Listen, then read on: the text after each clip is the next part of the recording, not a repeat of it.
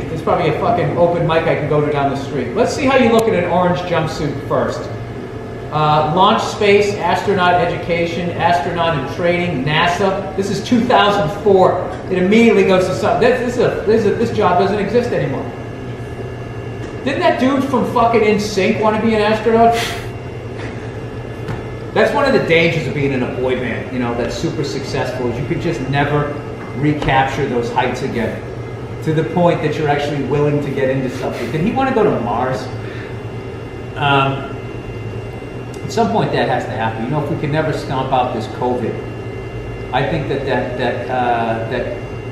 weirdo guy who makes the really fast cars, his name isn't Tesla.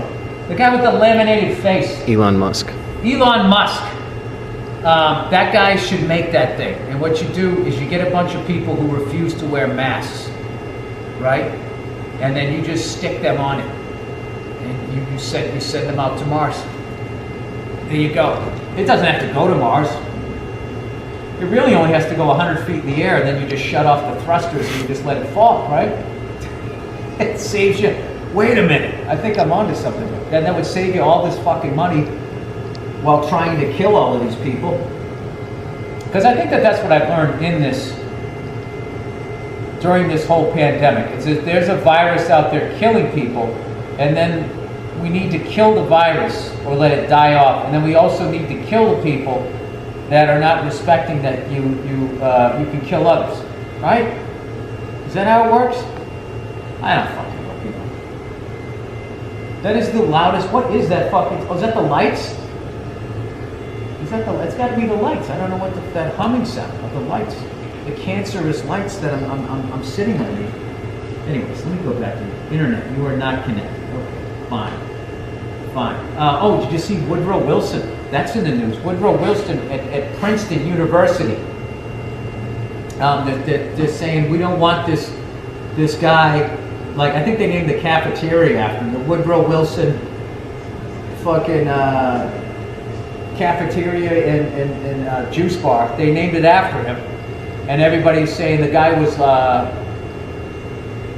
unbelievable. He said all this racist shit when he was president or something like that. All these racist ideas, which is crazy because he was a white guy born in the 1800s. I can't believe he would say a bunch of crazy shit like that. So I look it up and I see all the stuff that he said. Pretty standard hateful shit that he said, and I just kept scrolling. Going by the obvious racist shit, just kept scrolling and waiting to find what I wanted.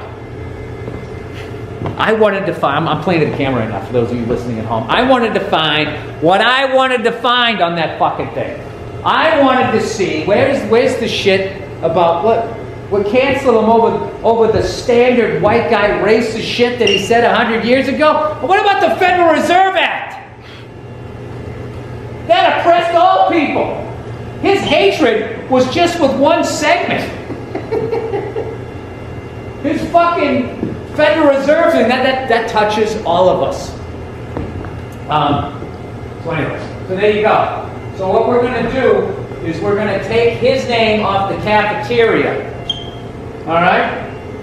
We're going to do that. But we're not going to address what the fuck he did. Even, didn't he write a letter? Woodrow Wilson's letter of regret after he died. He's like, oh, Jesus.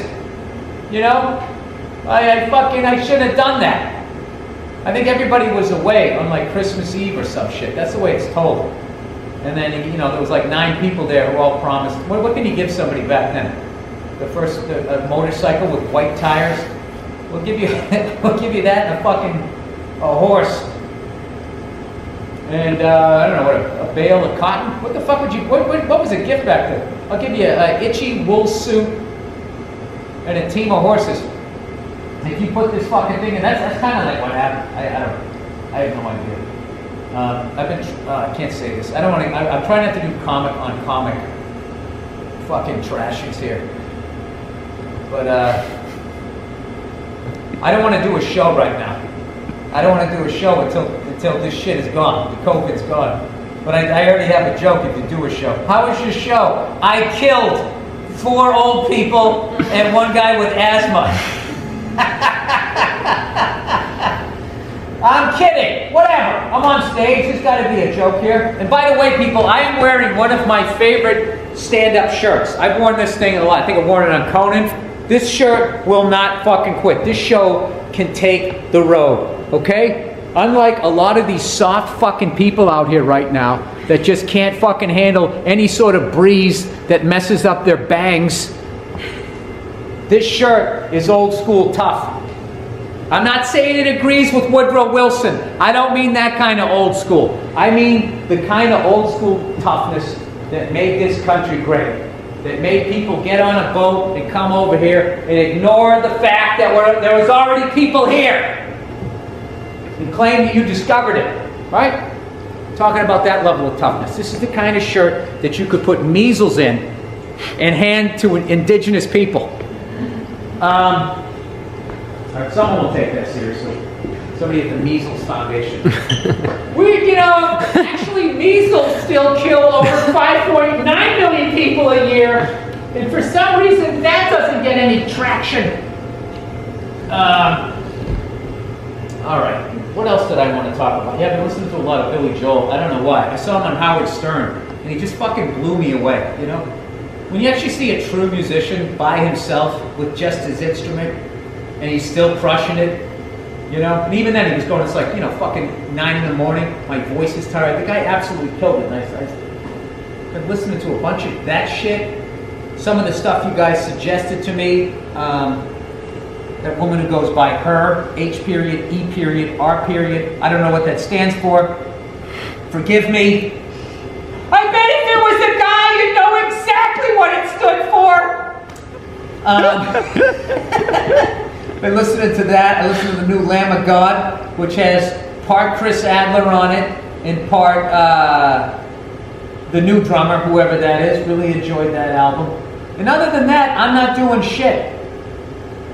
You know what I'm doing? I'm fucking laying around I'm gonna lay down for the rest of this fucking... I'm laying around in my fucking house, and I am waiting for the day when people will just fucking stay inside and stop breathing on each other. You know? Oh man, I was going to suggest this fucking thing. I don't think it's a good idea though. I was going to say that, no, you know what? I'm predicting something. From a laying down position. I don't know if you guys know this. If you ever want to have a great idea in life, you need to be laying down. Think about it. How many times have you laid down and you thought about leaving your girlfriend? She's laying next to you, she's snoring, and you're like, I have to get out of this fucking relationship. When you're across from her in a restaurant, back in the day, you're eating food, there's other broads to look at, you don't give a fuck. But when you're laying down, and all you can hear is the sound of the Rockstar lights humming over your head, that's when you are the most clear. I'm going to say that mass shaming at some point is going to, and I can't say. I'm going to say what it was going to escalate to, but I just think that it would probably, can you please keep 6 feet away from me? Can you please do that? Me without a mask. It's, fuck, why does the world have to be so sensitive? Huh? Isn't it enough that I have a fuzzy microphone? This is a chinchilla that I beheaded before I did this. Actually, a baboon ate it alive. When a baboon's gonna get Me Too'd for fucking eating things alive? It's fucking assholes. It's like, how fresh does the meat have to be? You can't just snap the fucking thing's neck. Whenever I see them do that shit, I agree with Rogan, where Rogan says that, how we have, remember he did that whole bit that we're monkeys? I always loved that bit, and then I watched a monkey enjoying eating another thing alive, and I was just like, yep, that's human behavior. Getting off on the suffering fucking succotash. You guys are great dad like me. I'm gonna blow my own fucking horn right here. All right, consensually.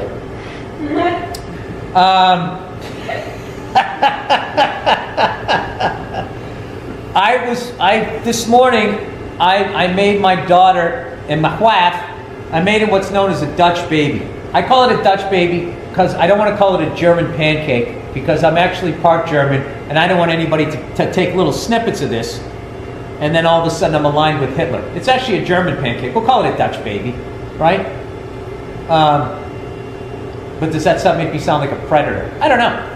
I made this fucking thing with blueberries in it and a little bit of powdered sugar. Absolutely fucking crushed it. Got up in the morning, I did my stretches, I rehabbed my shoulder. Look at this shit, huh? No pain, no pain, no pain. Little 360s, I'm coming back. I'm gonna be doing my first pull-up by fucking 2022. When this virus is still going and everybody's fucking hunting people with paint guns out here in LA because they're all against guns, right? Playing laser tag for the last piece of fucking, was it foie gras? What's the thing where they force feed the geese? Is it foie gras? Foie gras. Foie gras. Where is your fucking life at? How high is your fucking rent that you're sticking a funnel in a goddamn goose's mouth, just shoving food into the fucking things? How do you shake that off? How do you fucking go home? You know, your honey, you know, she wants to have a fucking date night.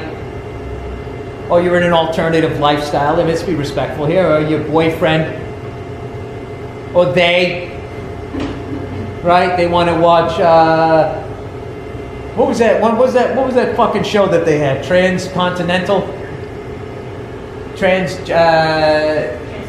What was it called? Transparent. I knew they worked it in there. Trans-American Airlines, whatever, right? You don't fucking. You go to sit down with them, or they, or him or her, to watch a fucking movie. How do you shake that off? You know? As he's sitting there next to you being like, I don't feel like you're into this movie the way I thought you were going to be. And you got to be like, well, you know, I mean, I was all down for like hooking up tonight and watching this movie, but I mean, like, force-fed goose off. I can't get the sound of those flapping wings out of my head. Jesus Christ.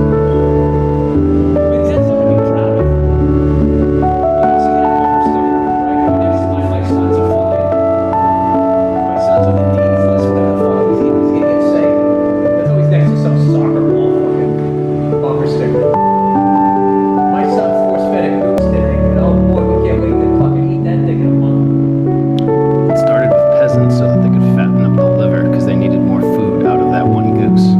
So they It started with peasants? Yeah, so they force-fed it through the funnel so that they could fatten it up to get enough goose out of that goose. Why couldn't they just shoot a fucking squirrel too? You know, there's other things they